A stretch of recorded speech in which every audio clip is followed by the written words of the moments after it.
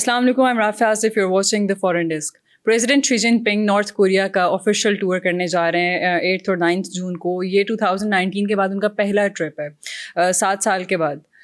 اس کے اگر مین آبجیکٹیوس کی ہم بات کریں تو سب سے زیادہ ضروری تو یہی لگتا ہے کہ رشیا اور نارتھ کوریا کے جو الائنس ہے وہ بہت زیادہ اسٹرانگ ہوتی جا رہی تھی.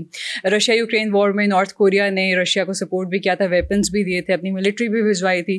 شاید پریزیڈنٹ شی جن پنگ اس لیے بھی دورہ کر رہے ہیں یہاں کا نارتھ کوریا کا کہ وہ یاد کروانا چاہ رہے ہیں نارتھ کوریا کو کہ چائنا بھی ان کا بہت پرانا پارٹنر ہے، بہت اسٹرانگ اور امپورٹنٹ پارٹنر ہے. اس ساری اسٹوری میں انٹرسٹنگ چیز یہ بھی ہے کہ پریزیڈنٹ شی جن پنگ کا یہ جو ٹرپ ہے نارتھ کوریا کا ٹھیک اسی دن اناؤنس کیا جاتا ہے جس دن نارتھ کوریا کا نیوکلیئر فیسلٹی کو انویل کیا جاتا ہے.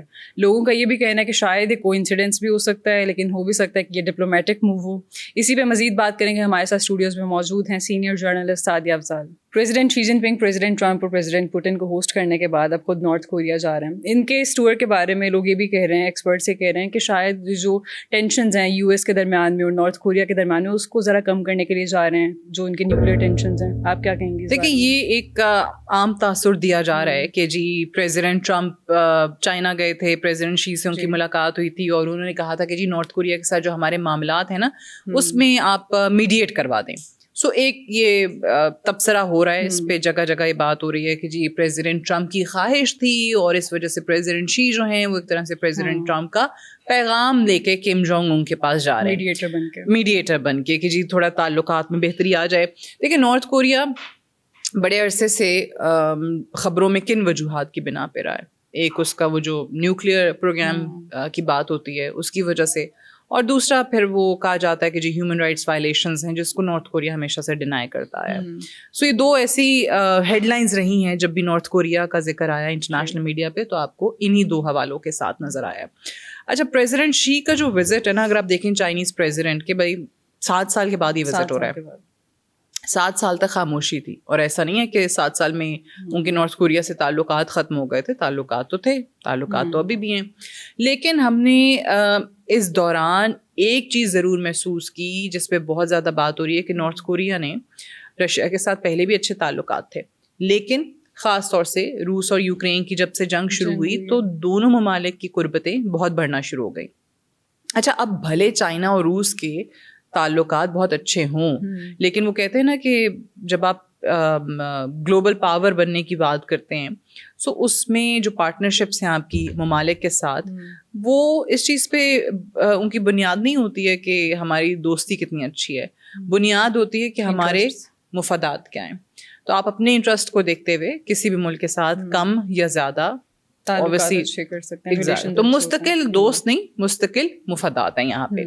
سو جو جب نارتھ کوریا اور روس کے تعلقات بہت زیادہ بڑھنا شروع ہوئے، so China was also sceptical about it. یہ نہیں کہ مکمل دوری، بٹ کافی حد تک چائنا کا جو ایک ہمیشہ سے the way they work is کہ وہ بہت خاموشی سے پیچھے بیٹھ کے آبزرو کر رہے ہوتے ہیں، اور ساتھ ہی ساتھ جہاں پہ کسی جگہ پہ ان کو محسوس ہوتا ہے کہ اب یہ ہمارے انٹرسٹ کے خلاف یہ چیز جا رہی ہے تو وہاں پہ وہ ایکشن لیتے ہیں. اب وہ آبزرو کرتے گئے روس کے ساتھ تعلقات کیا ہیں. اس دوران آپ اس ریجن کے اندر آپ دیکھتی ہیں تو بہت سی تبدیلیاں آئی ہیں. مثال کے طور پہ دوسری جنگ عظیم کے بعد سے جاپان نے پہلی بار ایسا ہے کہ اپنی دفاعی صلاحیتیں بہت زیادہ بڑھانا شروع کر دی ہیں. They are spending a lot of money on their defence. اپنی ڈیفینس کیپیبلٹیز کو جدید سے جدید ترین بنانے کی وہ کوشش میں لگے ہوئے ہیں. پھر اس دوران ان کی جو پارٹنرشپ ہے واشنگٹن میں وہ بھی بہت زیادہ بڑھتی چلی جا رہی ہے، اور اس کی بھی بہت بڑی بنیادی وجہ یہ دفاعی ضروریات ہیں. اچھا، پھر ساؤتھ کوریا کا بھی یہی معاملہ ہے کہ ساؤتھ کوریا کی بھی آپ کو پارٹنرشپ جو ہے وہ بہت زیادہ یو ایس کے ساتھ بڑھتی ہوئی نظر آئی. تو اب یہ ساری چیزیں جو اس ریجن کے اندر تبدیلیاں رونما ہو رہی تھی، چائنا واز آبزرونگ دیٹ. 7 سال کے بعد پریزیڈنٹ شی کا یہ وزٹ جو ہے نا وہ اٹ سیلف ایک بہت زیادہ سگنیفیکینس گین کر لیتا ہے کہ بھائی 7 سال تک نہیں گئے ہیں اور اب جا رہے ہیں. اور پریزیڈنٹ شی کا شمار ان چند بڑے پاورفل لوگوں میں ہوتا ہے جو کم ہی کسی ملک کا دورہ کرتے ہیں. مثال کے طور پہ کہ وہ ٹریڈیشنل روایتی دورے ہوتے ہیں نا، ہیلو ہائی کرنے کے لیے جا رہے ہیں، ہم سلام کرنے جو ہمارے یہاں کہتے ہیں سلام کا حاضری دینے جا رہے ہیں. He doesn't do that. ان کو یہ وزٹس وغیرہ کا نہ تو شوق ہے اور نہ ہی جب تک کوئی بہت بڑا ایونٹ نہ ہو وہ نہیں جاتے ہیں.